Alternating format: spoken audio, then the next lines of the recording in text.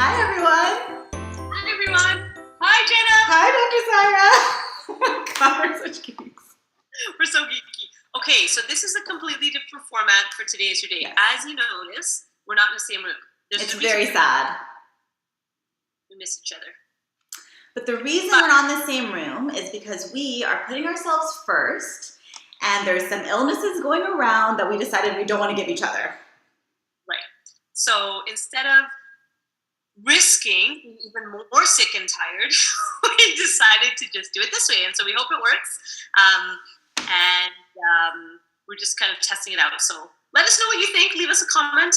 But we're just going to go for it. So today's your day to be sick and tired. Yeah, be sick and tired because your body needs it sometimes.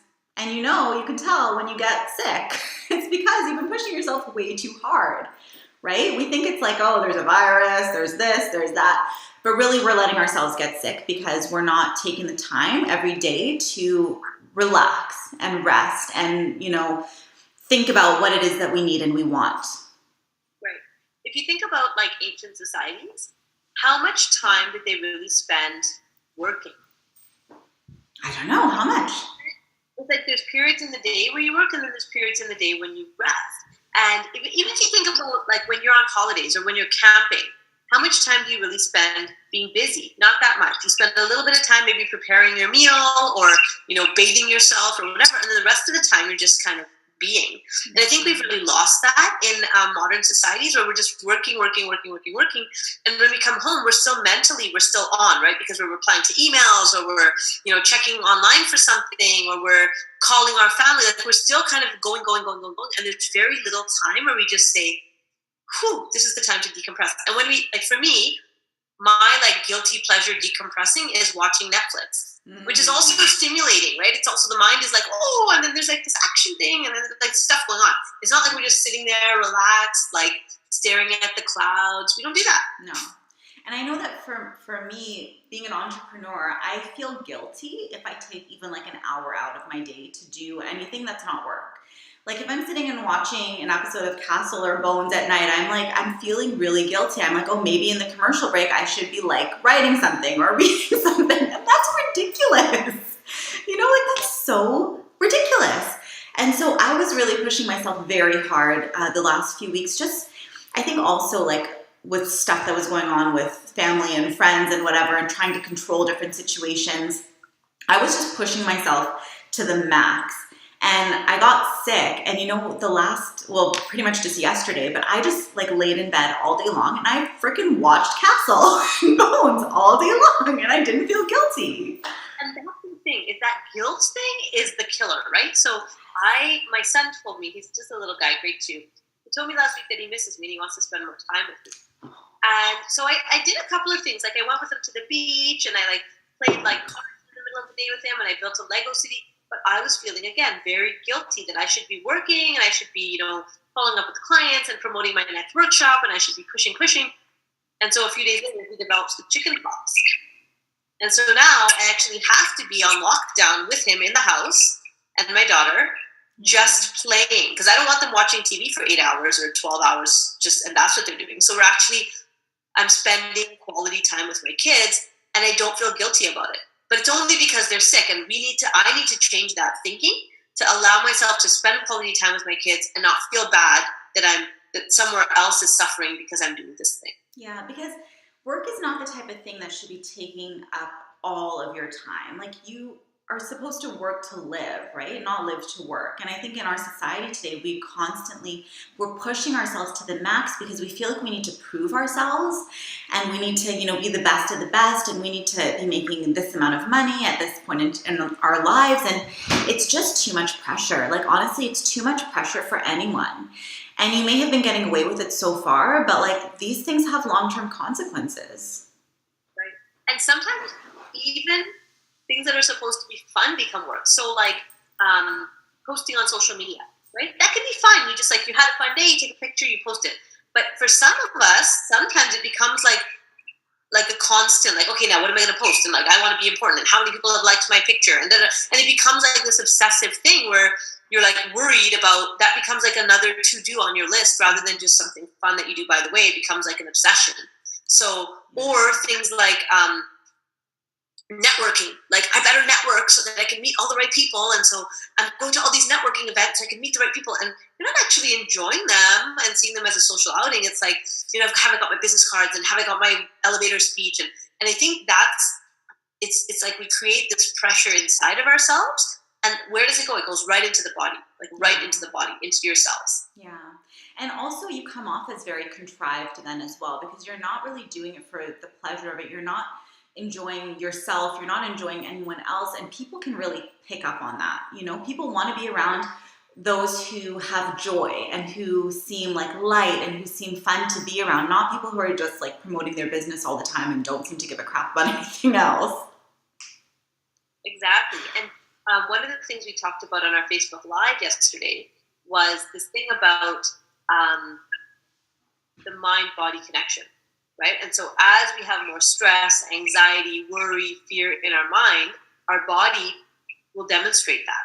Yeah. Right? And it's kind of a big concept. And Louise Hay talks a lot about this relationship between the mind and the body, and how there's actually an emotional kind of even spiritual reason sometimes for the reason that the body fails in certain ways, or the body gets full of she calls it dis-ease. So not ease, but dis-ease. And it will demonstrate itself in other ways. So why is it, for example, that my kid's immune system crashes the week that he tells me I'm not spending enough time with him? Like, to me, that's not a coincidence, right? To me, there is a link, there is a relationship between those two things. Yeah, well, and people say that your life is really a reflection of what's going on in your mind. So if your mind is very chaotic, then things in your life are going to be chaotic. And if you're feeling guilty or you're not spending enough time doing the things that you should be doing, then your body's going to create a way for you to spend that time doing what you're supposed to be doing. Yeah, and it comes out in all the different areas of your life. And going back to this idea of our modern society, I feel like we've actually come far away from the body's natural knowledge. So when we're naturally tired, we don't go to sleep. We push and we have another coffee and we keep going, right? When we're hungry, we just say, I can wait another half hour for my lunch break. I don't need to eat now. And we've kind of pushed the body away and pushed away the body's cues. And then we wonder why we get these like strange chronic illnesses and these like stress-related illnesses. Well, part of it is because we haven't actually listened to what the body's trying to tell us. Yeah, because even when we're listening, we're putting labels on it, right? Like, I know that the last couple of days it was like over the weekend, and I would sleep for 3 hours in the afternoon. Like, I would just passed out because I was sick. But I actually caught myself saying to myself, maybe you're just lazy. Like, I was like telling myself mean things because I was tired. And I was like, oh, Jenna, like, yeah, of course, you're just lazy, which is so ridiculous, right? But when we put these labels on ourselves and we take away what our body's trying to tell us, because we're just telling ourselves, like, you're no good. Your body is this way. It should be acting a certain way, and it's not. So what does that mean about you? And another example of that is when I go to the gym, right? So sometimes my workout is like really easy and I really enjoy it and I feel good, and other times it's really hard. Yeah. And I train myself on the hard days to say, you know what? It was hard, but I did it. Rather than say, you're so not fit and no wonder, and you should, all those decades you spent lying around and now you're like, that crazy voice has to be like calmed down. So I can say, you know what, Sarah, good for you. At least you completed the workout, even though it was hard.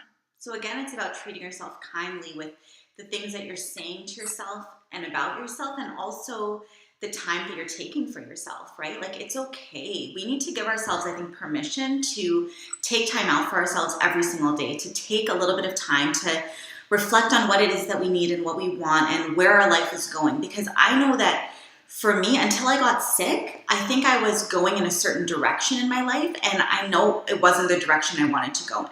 And when I got sick, I actually gave myself time to think, okay, well, what direction do I really want to go in, and how much am I going to give myself? How much love am I going to give myself until I make it to that place? But it was taking that time, right? That's all I needed. And you'll often hear about that when people have really like catastrophic illnesses, like a heart attack or cancer or something. And people say, really was a wake-up call. I evaluated my life. I looked at what was a priority for me and what wasn't. But why should we wait for cancer for that? God, why yeah. that? What if we could actually deliberately make those decisions today and say, today is the day that I allow myself to be sick and tired, or allow myself to be reflective and, cuddle up in a blankie and just relax and think about my life, rather than go, go, go, go, go, go, go, go, go, go, go until my body crashes and burns. Yeah. And if it helps you, you can even think about that time that you're taking out as productive, right? Because it's not time that you're just doing nothing. Like you're productively moving your life in a direction of health and wellness in a way that you can be more helpful to everyone around you. But you need to take that time. So it's not like you're being lazy. It's not like you're letting yourself down or anything. You're actually doing the exact opposite of that. And I would actually challenge you, Jenna, there to talk about productivity, because I think, again, since the Industrial Revolution, there's been all of this emphasis on productivity and being productive, right? And if you look at kind of the New Age movements, or the mindfulness movements, it's actually about choosing not to be productive, choosing to be like the productive. If you think about it, it's like the masculine, right? It's like the do, the go, the get it, achieve, and da da da. Whereas if you just stop and be still, that's also important in that cycle. Mm-hmm. If you think about the farming cycle, right? In pre-industrial revolution times, it was like people planted, and then they waited, and then they harvested, and then it was winter. Mm-hmm. And in winter, you didn't do anything. You just like survived and made sure you didn't freeze to death. And then in the spring again, you would plant, right? And so we have to, I think, exactly what you're saying, allow ourselves a little bit of winter every day to just like not do anything and just look after ourselves, and know that that's actually as important, that restoring time, and not just while you're sleeping, but that restoring time is equally important to get to the things that you want to get to in your life. You have to have, and not downtime where you're again distracted with television, or you're distracted with other things, but just to be like, this is actually going to, in the long term, add to the goals, to me achieving the goals that I want to achieve. I can't imagine downtime without TV or like a book or something. That's so weird. But think about when you like go to the beach, or when you go on a hike or something, and you're just like, like staring at a wall, like just actually sitting and allowing yourself time to just think. Yeah. It doesn't have to be long. It could be like 6 minutes. It doesn't have to be an hour and a half of that, right? Because that's like, there's different people will need different amount of time to that. But we do need some time to just like turn off the mind. Yeah. And as you're turning off your mind, or as you're just sitting and thinking, it's also really important to kind of monitor what types of things you're thinking about. Because I know if I just let myself think, I will go into some dark places, which like, it's hard to get out of then. So when you're thinking, you should be thinking maybe about the things that are going really well in your life, the things that you're grateful for, and just like blessing your surroundings. Like, it sounds really weird, but just like putting it out there that you're so lucky to be in the place that you're in right now, and just feeling really good about things, rather than letting yourself get distracted with the things that aren't going so well. Because the more you can focus on what's good in your life, the more of that good you're going to see, right? Exactly. If you're someone like Jenna who like goes to the dark quickly, another great technique is music, right? So just listening to music that makes you feel good. Mm-hmm. You don't have to sit in silence and stare at the wall. You can actually listen to music that motivates you, that makes you feel good. Because the science shows like what that does to the brain actually slips you into a different spot in your brain than the regular everyday rush brain that you have. So that's another trick. So the darkness, the dark side. Yeah, and actually what I did this the other day. It's going to sound really strange, but I went to Crescent Beach and I took a walk on the water. And as I was walking, I was thinking about like really good things, like manifesting or doing whatever. But I was also making a conscious effort to like smile at the people that were looking, right? So I would always like, instead of just like frowning and walking, I was like smiling and sending out some good energy and good vibes. And I felt so refreshed after that hour. Like, I felt amazing. I actually had like conversations with people, and it was really nice, like a way of connecting and staying centered, but also, being in the here and now with other people, which is really important. So, one of the things that I learned in my master's degree is how hard it is for the brain to turn off, right? Yeah. So the brain is, the way we've trained our brain since childhood is to never turn off. Even when we're sleeping, the brain's still working, right? Mm-hmm. It's creating images, it's restoring the body. It's like, it's constantly working. And so if you think about practices like mindfulness or other types of meditation, where you're actually training yourself to be in a space where there may be thoughts, but you're not going to hook into any of the thoughts. You just kind of let the thoughts float by. That's another really restorative thing that people can do and it's hard. Like, I have a really tough time with my meditation practice. I meditate like 6 minutes a day. Like, that's my commitment to myself. That's the best I could do. And sometimes it goes to 10, sometimes it goes longer, but 6 is like, I set my alarm on my phone and I just say like 6 minutes and I do that. And for me, that's that time where it's not about like actively manifesting. It's not about gratitude. It's not about any of that. It's just about training my brain to stop, like just stop everything just for 6 minutes. Yeah. It's hard. Yeah. And sometimes when we get thoughts, we can think that they mean something. And I'm starting to I'm not training my brain to not think, but I'm training my brain to think that the thoughts that I'm thinking don't necessarily mean anything. They're just thoughts. And so what I do is, have you ever been on there's sites like Tinder, but there's also things that I know that my little niece Jordan has that are it's for pets. So you're just scrolling through pictures of pets, people's pets that they post. It's really weird. It's like Tinder for pets. But what you do is you just you see the picture and you swipe left and you just swipe through the pictures and you can never get them back. And so sometimes when I'm thinking and I want to just separate myself from my thoughts, I think of every thought just like a picture and I just swipe it away. In my mind, I'm just swiping. Doesn't mean anything. And that's kind of a cool visual technique to recognize that your thoughts are just thoughts. They don't necessarily mean anything. You don't need to get too connected. I think we might have talked about this last week about the past, right? The past is only happening because you're thinking about it. And if you stop thinking about it, if you just swipe left, well, there goes that idea. Exactly. And then you can focus on things that are actually important. Yeah, and things that are actually occurring now in this moment. I find myself sometimes being so distracted with catching up on my emails, whatever, and I miss these beautiful moments that are right in front of me. Beautiful. Totally, yeah. Right? And so it's bringing that awareness back to what's actually really in front of your face right now, rather than what are all the demands that life is feeding you.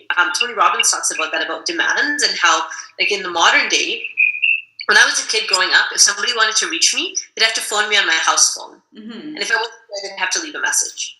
And then I would come home in the evening and listen to the messages, and it'd probably be too late to call the person back. So I had to wait till the next day to call them back. And it might take 3 or 4 days for us to actually connect and have a conversation. And it was okay. Everybody was just chill about that. Now, if somebody wants to reach me, they're calling me on my cell phone, which is in my pocket. It's with me wherever I go. Right? And if I don't pick up my phone, then they text me. And if I don't answer my text message, then they're Facebook messaging me, or they're sending me an email or whatever. So it's this constant barrage of other people demanding on us. And it's sometimes easy to get so caught up in responding to those demands that we forget about what's right in front of us. And I think that also makes us sick. Just the constant needs on especially people who are entrepreneurs, or people who are in business, or people who are parents or part of large families. It's there's a constant request on your time, and we have to be really vigilant about carving out time to enjoy what's happening right in front of us. And if it helps, you can even just start with an hour a day or something, where you say to yourself, for this hour, I'm just not going to respond to anything that people are telling me to do. I'm just going to, turn my phone off or put it on silent, and I'm just going to give myself this time. And you just start with half an hour, and work your way up. And maybe eventually you'll just have 1 hour in the day where you do respond to people, and all the rest will be for yourself, for doing things that you need to do, right? People got really mad at me when I started doing that. When I started putting, my phone is usually on silent through the day. And people pisses them off. They get so grumpy about that, right? It's oh, Sarah, I tried to get you and it was so hard to find. I'm yeah, because you know what? I was with a client, or I was in the shower. I don't need to hear my phone ringing while I'm taking my nice, luxurious morning routine shower. I need to know that that's my space. I don't need my phone on. Yeah. You can wait until I've dried off and got dressed before I call you back, right? So it's okay, and people might not like it, but we also treat people. What does Oprah say? We teach people how to treat us. Totally. Right. If you teach people that, you know what, if you call me before noon, my phone's going to be on silent, or if you call me, I'm not going to pick up right away. I'm going to, you'll get a call back or a text back later on in the afternoon. Then it's not like a jump startle every single time somebody needs something from us, because it's hard on the body. Yeah. That's the bottom. Yeah. So when you're taking that time for yourself, you can be thinking about the here and the now. And I think that's probably the most important tool that you have at your disposal to not get sick, is just to be thinking about what's happening right here, right now, what's important to me right here, right now. So you're not worrying about not only the past, but what other people are thinking, what other people are saying, how other people are acting. Like if your focus is on you and on the things that you find important and on just giving love and not letting yourself get dragged into all that other crap that happens, then I think that's the most important way to stay healthy, to stay well, to feel good. I don't know if it was here in the Facebook Live thing that I talked about what I decided when I got sick was that I was just not going to listen to people's gossip. Like, I think that was one of the things that was making me sick, was constantly trying to be the go-between for people, well, this person to like this person or this person to not be mad at this person. And I was really taking it upon myself to make sure that everyone was happy and everyone was, feeling good about the other person. And of course, they're never going to feel good about the other person because that's how people vent and get their frustration out, is by bad-mouthing people, right? So I was taking it so personally, like, oh, if this person doesn't like this person, then I'm doing something wrong. And so I decided, like, I'm not going to listen to gossip. I'm not going to engage in it. And I'm just going to keep my distance and just, like, be there for people when they need me for themselves, but not be there to be the sounding board for people to tell me what they don't like about other people. Because I think that's really toxic. Unless they're paying you for it as their therapist. Then you'll do it. Come talk to me about all your problems and all your family that you hate. Absolutely. You're going to pay me at the end of that. And it's fine as long as it's not my family or friends too, right? Like, no amount of money would be worth listening to one family member talk about someone else. Like, that's not going to happen. Rules, right? Where you can't actually see family as part of your practice. Exactly. It's talking about. You'd be like, that'll be $18,000, please. That would work. Seriously. Yeah, and sometimes we don't realize all of the things that are toxic in our lives. Sometimes we just roll with it. We just say, oh, it's okay, I can handle it, no big deal. You can't handle it. If something is toxic in your life, eventually it's going to take its toll on you. So think to yourself today, if you think about it, you'll realize what exactly is toxic in your life. Are you feeling guilty? Are you feeling left out? Are you feeling like people aren't treating you well? Are you feeling like you're not treating people well? There's going to be something in your life, and it'll go off right now. You'll think about it and you'll say, okay, like this is not good for me. So what can I do to protect myself so that I don't have to keep feeling this way all the time? There's an expression in my language that says, dam khale, which means you swallow the pain or you swallow the heartbreak, right? And if you think about that, that's what we're doing every time we're putting up with this toxic stuff. It's like you're swallowing this heartbreak. And what do you think that's doing to your body, right? What do you think that's doing to your cellular, molecular structures of your body? What do you think that's doing to your bones? You see these people with like arthritis, and it's like this twisting and turning of this painful experience. And if it's true what Louise Hay says, that our thoughts create our bodies, then that's an expression of what's happening in the inner space, right? That the body is an expression of what's happening in the inner space. Yeah. And if we are happy with our lives, if we're in flow, if we're ease-filled, then our bodies will demonstrate that. Look at a lot of children have good health, right? And they're kind of in the moment, in the flow. And again, like, I don't really know how to answer the question about why bad things happen to good people. I don't. I think that's a complicated question. And so there are people who get unexpected catastrophic illnesses and they didn't ask for that. But how they cope through that and how they heal through that, a lot of it is attitude, and a lot of it is the way that we see what's happened to us, either as an opportunity for growth or as this devastating sentence that we've been given. Yeah, right? Absolutely.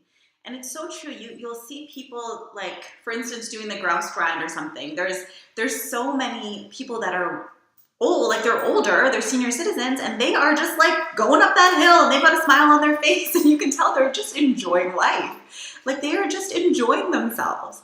And those are the people that are taking time for themselves. They're thinking healthy thoughts, they're eating well, they're exercising, they're doing things that make them feel really good. And you can see that as they get older and older, they don't seem older at all. They're not beaten down by life. Like, they're still vibrant, they're still magnetic. And today you can make that decision to be that person. Like, you can be magnetic, you can be vibrant. All you have to do is recognize what's toxic in your life and stay away from that and stay towards what's making you healthy and feel good. Oh, that's our timer. It's been 25 minutes. We just talk and talk and talk and talk, and we'll never shut up. So we set a timer today just to know when it's time to wrap it up. One thought I wanted to add with that example you gave about the elderly people who are so vibrant is they didn't make that decision, yesterday. That decision was made decades ago, and they continue to make that decision every day. And I think sometimes when we're thinking about body stuff, it can feel really overwhelming because it does take a lifestyle and a lifetime of small, deliberate choices to have the health that you want, right? So that would mean things every single time you put something in your mouth, that's a choice. Every single time you're active or inactive, that's a choice. The people who you surround yourself with and allow into your heart, that's a choice. The kind of work that you have and how much stress it brings upon you and your family, that's a choice, right? And how you relate to your work is also a choice. So it's not like just all of a sudden one day they woke up and they're super healthy. They've been making choices for decades that add to their health. And it's never too late to start making those choices. It's never too late to say, okay, this is the end of the old me and the beginning of the new me, and I'm just going to be as healthy and as vibrant as possible because that's what's best for me and for everybody around me. Because when you are feeling good, I guarantee you the people around you are going to be feeling good too. That type of energy is contagious. Yeah. And the thing about today's your day to feel sick and tired, to allow yourself the days off when you need them, to allow yourself the downtime, to allow yourself just, a mental health day or a physical health day where you just do what you need to do to get back to where you need to be. Absolutely. It's okay. It's love. It's totally okay. So thank you so much for watching Today Is Your Day. Please comment, share, subscribe, send us emails if there's a topic that you'd like us to discuss. And we're so happy that you're watching. We're so happy to share this time with you. Yeah, and we're looking forward to seeing each other again in person. Yes, in person. Bye. Bye, guys. Thanks for watching. Bye. See you next time.